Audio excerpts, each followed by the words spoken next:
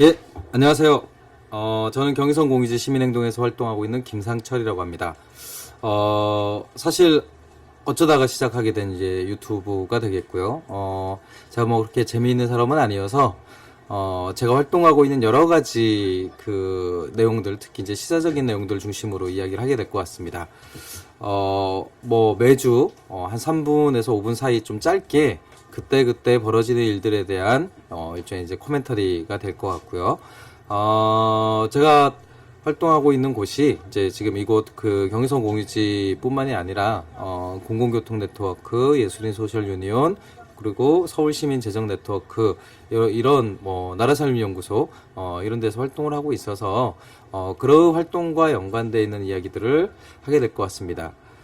나한테 말을 시키고 자기는 담배 피러 간 이런 피를 규탄하면서 말을 계속 이어가겠습니다.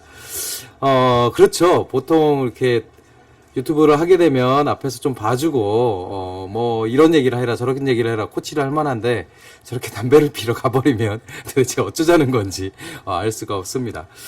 자, 오늘은 6월 20일이고요.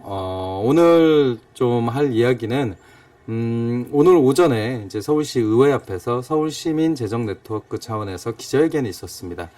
그 기자회견은 2019년 서울시 추경 예산과 관련된 내용이었는데요. 보통 이제 추경 하면 이제 추가 경정 예산의 줄임말입니다.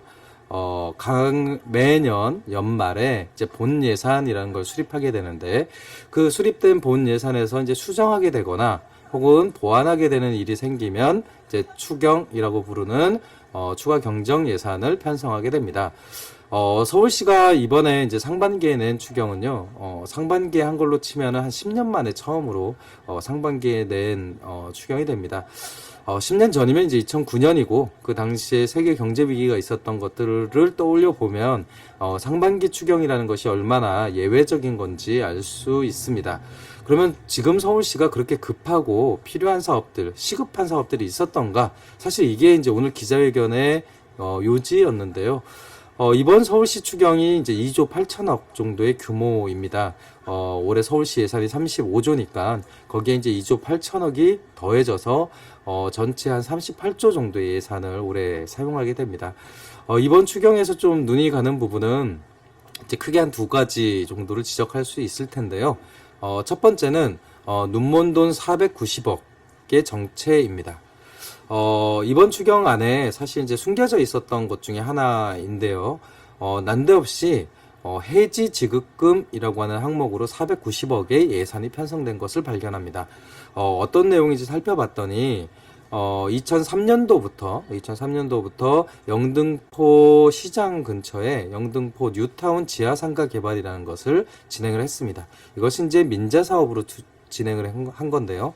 민자 사업이라는 것이 이제 민간 투자자를 불러와서 민간 투자자들이 자기 투자를 통해서 이제 그 개발을 하는 겁니다. 그러면은 서울시나 영등포구와 같은 이제 공공기관은 20년 혹은 30년 동안 그 공간에서 수익 사업을 하도록 그렇게 보장해주는 제도가 이제 민자 사업인데 이 사업자가 2011년도에 이제 1단계 사업을 진행하고 하는 과정에서 이게 분양이 잘 안 되는 거죠.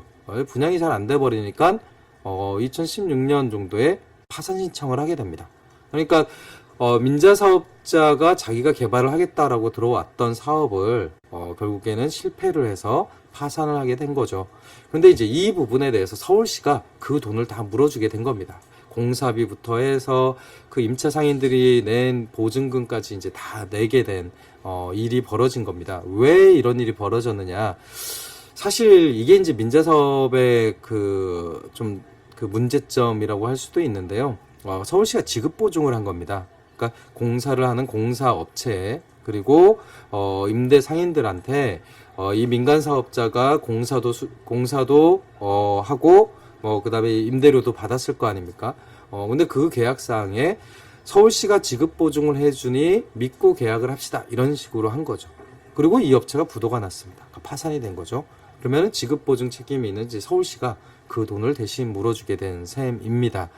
시민들 입장에서는 난데없는 일이죠. 원래 민재사업이라는 게 재정을 좀 아끼고자 하는 사업인데 490억이나 되는 돈을 난데없이 물어주게 됐으니까요.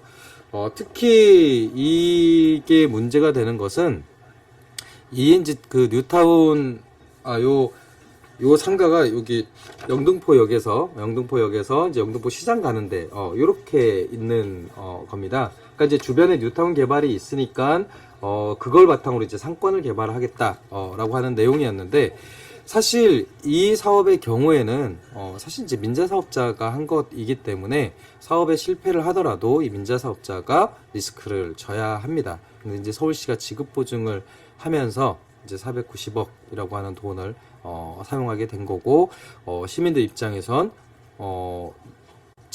우리 시민이 낸 세금이 엉뚱하게 파산한 민간 사업자의 부채를 갚는데 사용하게 되는 셈이라고 볼 수 있습니다.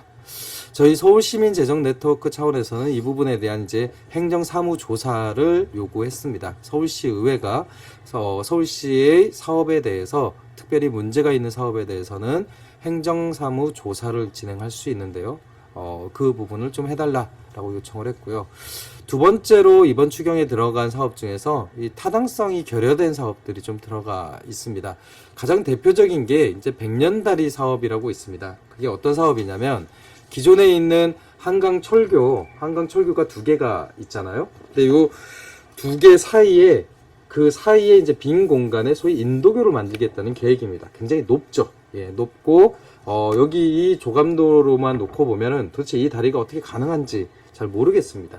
더더군다나 이게 필요한지도 잘 모르겠습니다. 그런데 이 계획이 발표가 된 게 올해 3월 달입니다. 근데 3월에 발표돼서 제대로 된 타당성이나 공론화 없이 5월 말 추경에 바로 반영을 시킨 것이죠. 비슷하게 광화문 광장과 관련된 신규 사업도 들어갔습니다. 그러니까 이런 것처럼 사회적 공론화나 혹은 타당성에 대한 검토가 없는 사업들이 이번 추경에 들어간 것이고요. 제가 봤을 때에는 결국 이 추경을 악용한 것이 아닌가라는 생각입니다. 보통 상반기에 추경을 한다는 거는 굉장히 시급하고 필요한 부분이 있어야 하는데, 올해 서울시가 제출한 추경 예산에는 그런 시급성이 있는 사업들이 거의 보이지 않고요. 오히려 서울시가 감추고자 하는 사업들이 이렇게 보입니다. 보통 그 정부나, 그러니까 중앙정부나 서울시가 꼭 하고 싶은 사업인데 좀 논란이 될 만한 것들을 추경에 끼워 넣기 식으로 반영하는 게 좀 일반적입니다. 단돈 1,000만 원이라도 추경을 통해서 이미 시작을 해버리면 매몰 비용이라는 것이 생기기 때문에 자연스럽게 본 예산에 편성이 되고 또 다음 연도에 편성이 되고, 이런 것이 좀 일반적이거든요.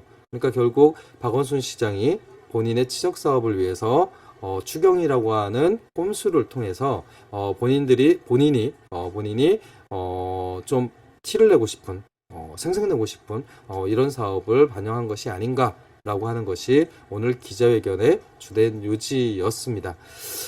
사실 많은 사람들이 이런 사례들을 보면 이제 얘기를 합니다. 박원순 시장이 대통령의 그러니까 대선에 출마를 하고 싶어서 이명박 전 시장과 같은 좀 티나는 사업을 하고자 그렇게 욕심을 내는 것이 아닌가, 이런 얘기를 합니다.